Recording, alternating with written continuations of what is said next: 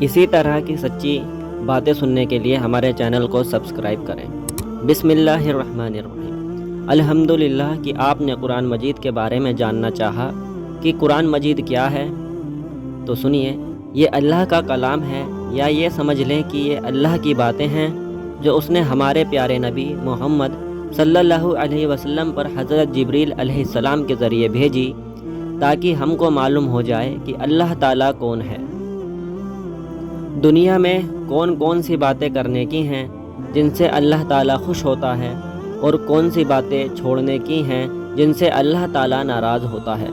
مرنے کے بعد ہم کو قیامت کے روز دوبارہ زندہ کیا جائے گا، تاکہ جس نے اللہ تعالیٰ اور اس کے رسول صلی اللہ علیہ وسلم کے بتائے ہوئے اچھے کام کیے ہوں، اس کے بدلے اس کو جنت ملے، اور وہ وہاں ہمیشہ ہمیشہ رہے، اور جو اس کا جی چاہے وہ اس کو ملے، اور جس نے ایسے کام کیے جن کو اللہ تعالیٰ اور اس کے رسول صلی اللہ علیہ وسلم نے کرنے سے منع کیا ہے، اسے اس کی سزا دوزخ میں بھگتنی پڑے گی، اور جس نے اللہ تعالیٰ کے ساتھ شرک کیا اس کو معاف نہیں کیا جائے گا۔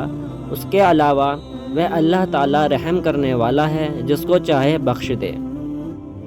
امت، دنیا میں جو لوگ پہلے آئے تھے انہوں نے اللہ تعالیٰ کا اور اس کے رسولوں کا کہنا نہیں مانا، ان کا انجام دنیا میں بھی خراب ہوا اور مرنے کے بعد بھی دوزخ میں جائیں گے۔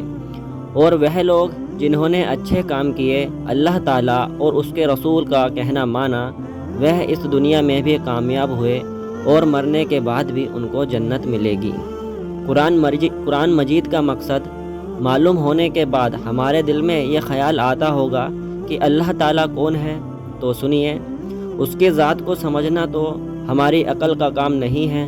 اللہ تعالیٰ نے اپنے متعلق قرآن میں فرمایا ہے، اللہ تعالیٰ ایک ہے اور وہی عبادت کے قابل ہے، اس کی ذات میں اور اس کے کاموں میں کوئی شریک نہیں، نہ اس کی کوئی اولاد ہے نہ وہ کسی کی اولاد ہے، وہ آسمانوں اور زمینوں کا نور ہے، وہ ہمیشہ سے ہے اور ہمیشہ رہے گا، اس کو نہ نیند آتی ہے نہ اونگ۔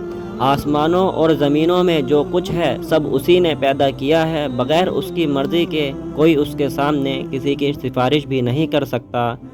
جو کچھ ہونے والا ہے اور جو کچھ ہو چکا ہے سب اس کو معلوم ہے۔ آسمانوں اور زمین میں کوئی چیز ایسی نہیں جو اس کے علم میں نہ ہو، وہ اس کا انتظام کرنے سے تھکتا نہیں ہے۔ آسمانوں اور زمین میں جو چیز ہے وہ اس کی تعریف اور پاکی بیان کرتی ہیں۔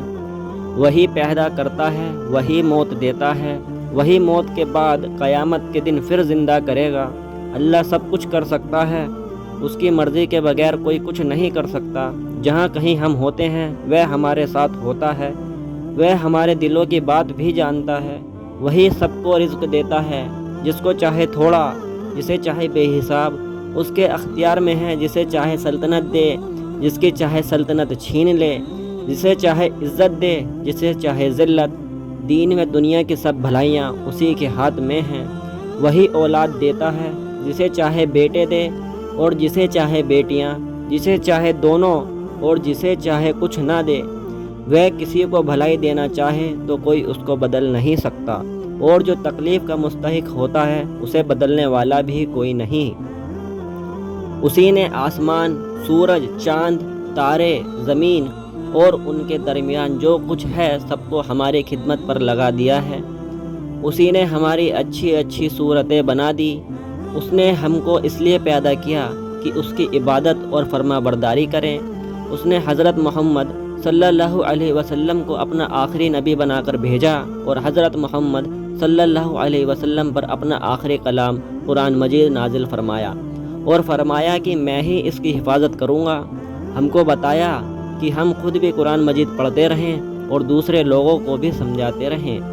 فرشتے، یہ اللہ تعالیٰ کی بہت بڑی مخلوق ہے اور بہت طاقتور بھی ہے۔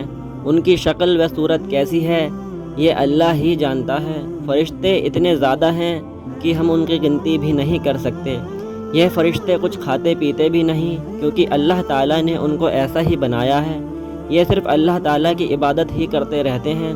لاکھوں فرشتے اس طرح عبادت کرتے ہیں جس طرح نماز میں کھڑے رہتے ہیں، اور قیامت تک اسی طرح کھڑے کھڑے اللہ تعالیٰ کی تعریف بیان کرتے رہیں گے۔ اسی طرح رکوع اور سجدے میں لاکھوں تعریف کرتے رہتے ہیں۔